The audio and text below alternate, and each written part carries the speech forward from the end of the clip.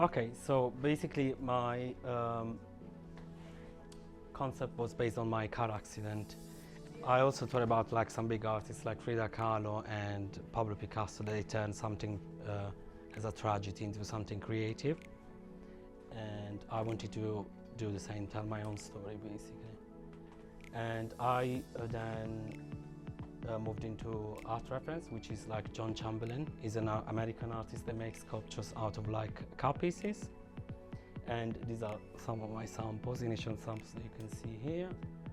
And then the second part was my scar. So I wanted to give this like kind of like furrowing effect to the leather. And I made the first sample using scar water, but that didn't really go well. And then I made the second one, which is heat gun. And this is the one I choose to make my final pieces. And some of my collages, how we would look if it was like worn by someone. And then these pieces, basically, I wanted to do something like unique and personalized. So basically, if you scratch it, the paint comes off. So you can actually make it your own version.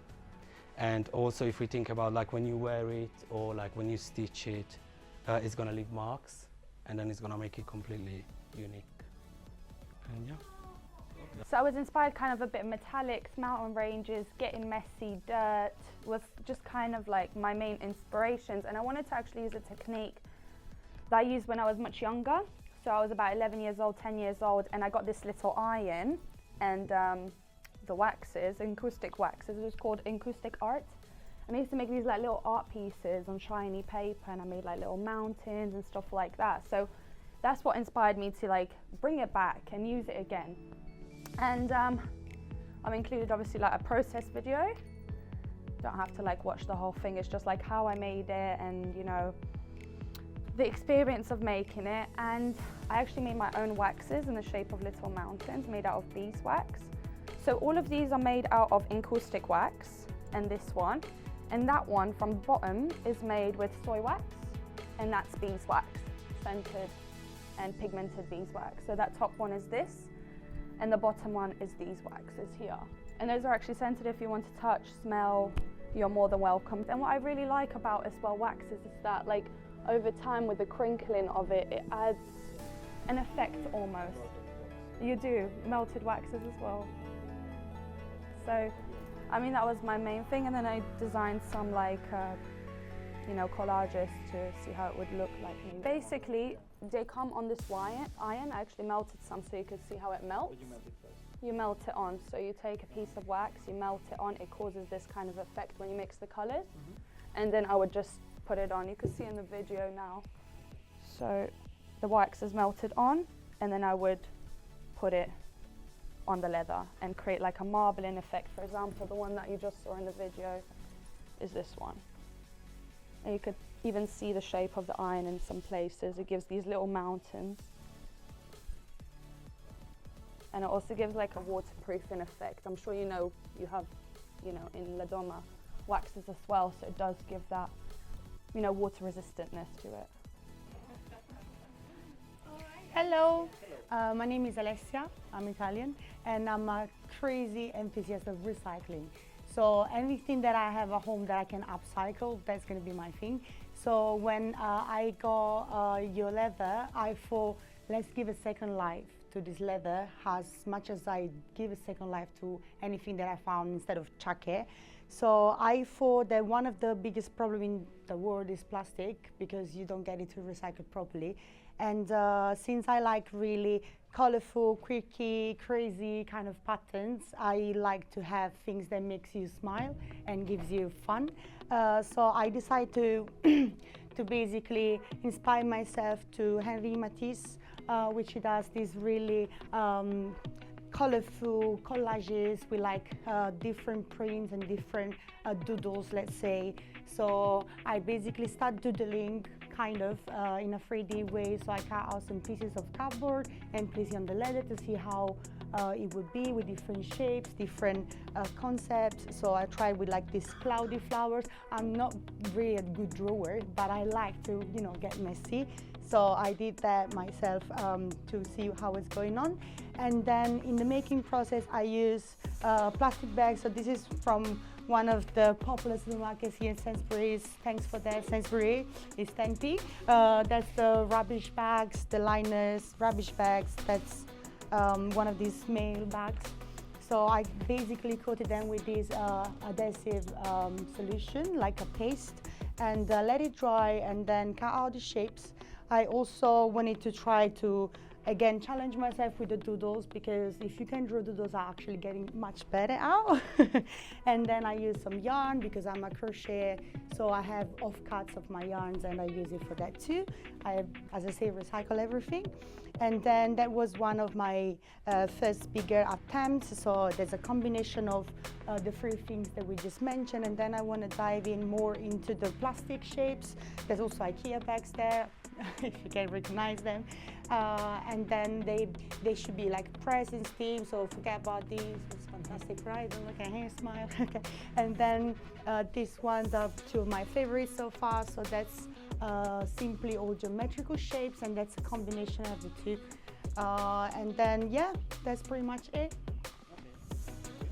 Hello.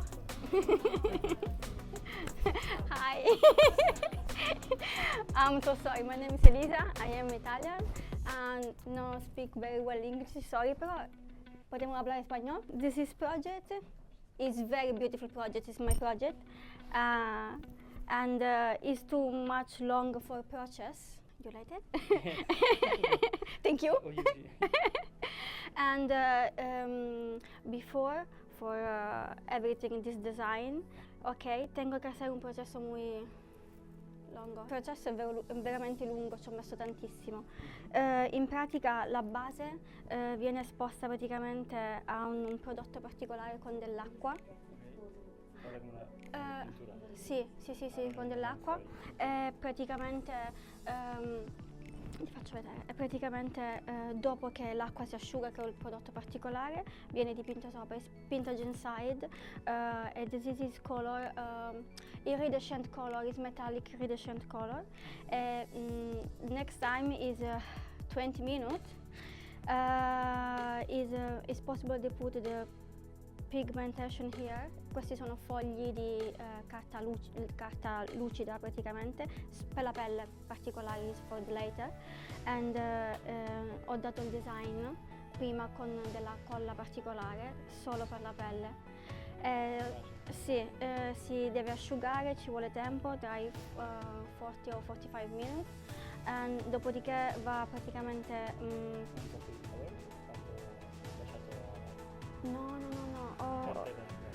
No, per asciugare ho lasciato prima all'aria e poi sotto il ferro da stiro.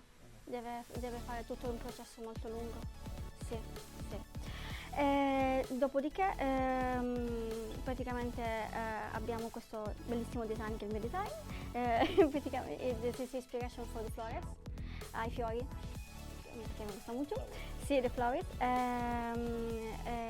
sui fiori astratti, l'astrattismo. Se vuoi puoi vedere anche gli altri che ho fatto qui. Questi ad esempio, c'è tutto il processo sotto. Ah, ok. Sì. Disegno. Sì, una stampa. Sì. Ah, è una stampa. Sì, l'ho fatta praticamente con quello perché abbiamo la print. Sì. My teacher. Ed è veramente lunghissimo come processo. I disegni li ho fatti io a mano perché mi piace disegnare. Hello, my name is Christian. My project from La Doma, it was briefed as a thinking of how we can not reuse, but reconstruct and change and rethink the actual material of the leather. So I try to start with the leather dust. That is something that as far as I know, I think that it doesn't have a lot of uses in the industry right now. Some from some glue or some embossy as well, some fillers.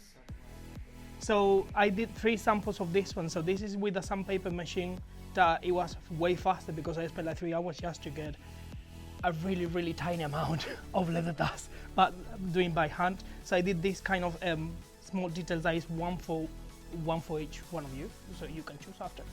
But the beginning, what I did is just cutting it into small pieces to create kind of like a cork emulation of the fabric, but instead of with the cellulosic, with the leather thing. And after that, I started experimenting with the bioresin thing, so it's sustainable, also biodegradable, and also it's making the leather to last longer, because my understanding is for the leather life, long lasting is about between 8 to 10 years, more or less. After that, I start to degrade and start to losing quality, so the bioresin, it gives a little bit more of life after that, and it preserves the leather a little bit better, and also it change a little bit the material. In some cases, like it doesn't have that much elasticity, the shininess is higher and is more sturdy, and also it's a little bit more fragile because it doesn't have much elasticity. You cannot bend it that much, so it's gonna break at the end. But I think that it's gonna give a longer life to the leather. So after that, I started experimenting with. So that's my main concept, to do some sculpture things with the leather thing. That's for the bioresin. So mixing that, this fashion right now is trying to rethink how we can include materials like plastic in the fashion industry, so that we don't have to dispose them and we can reuse them. So it's going to be less toxic for the environment, basically. Mixing those ones, that's the main thought about doing the leather dust. Creating some kind of accessories. Doesn't have to be keychains, it can be literally everything. I can do earrings if I have the mold. I can do everything I want, to be honest. And then the process that I start doing, like testing, so what's happening if I just paint the pieces of leather and I just put it in different like recipients and different shapes. Like these ones, they were hanging, so if you want to touch them. So that one, for example, it doesn't have that much bioresin, so I still have a little bit more of elasticity, but because this one, there were a lot of bioresin on it, the elasticity is gone, completely gone, so that shape we cannot be moved from there. But again, that can be a really nice accessory, so it's really nice application for the clothes. You can do some embellishment, bottoms, whatever you think, actually. That can be even the puller for the zip. I started also to play with silicone, but that didn't work well at all. First of all, because the mass of the silicone is a little bit more elasticity, so it's better, but then the color and the smell with the color and the smell of the leather, it became something that, no, that is not gonna work. Like, we have to, I mean, I show it to Claire and we have to throw it away after that, because it was like, no, thank you. After that, when we start doing is just this one. What's gonna happen if we actually submerge the whole piece of leather in the bioresin, and we're gonna have, so these ones, they were the first samples, and then we decided to go for a bigger scale, and we got these ones. In this case, this one, they have a little bit more flexibility, and it came all these like shapes, change also the construct with the bubbles inside, give a different look. Because this is not gonna be really easy to mold to a proper shape, like it's gonna be more hard to sew this or to assemble this to create a proper shape, like for a bag or accessories or even a garment. We start thinking like we have to give edges and we have to create the pattern with bioresin, but giving a little bit of a space for us to work with the shape after. That's fine. So I start doing these ones, adding colors as well, because my main idea was like to just change the structure on the material base, but I didn't want to touch too much the color and everything, just because I think that it was like going too deep, and maybe at the end the result is gonna be something completely different that is not gonna be resembled to leather. So I decided that I'm gonna start doing a few touches of green, orange and pink, and start creating this kind of glass simulation on top of the leather that is really sturdy as well. Yeah, if you want to touch it too, it's quite interesting. In this case, for example, depending of the amount of hardener that you put the bioresin, the flexibility change as well. So it gives you a little bit more of, like, expand the limits of how you're gonna use it. And that is my main project. Any question?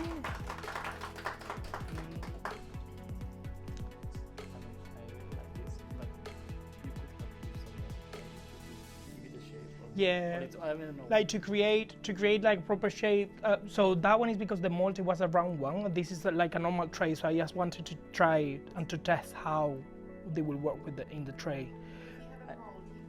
Yeah, but definitely. And even what I'm thinking now that with the Malta we have, I can, so we can create anything, to be honest, even a proper garment, because with the pattern that what I have to do is just bear in mind that I'm gonna wrinkle it a little bit, so that pattern has to be oversized to make me, to allow me to have the seam allowance outside the dressing. So after that, you're gonna stitch that with another piece.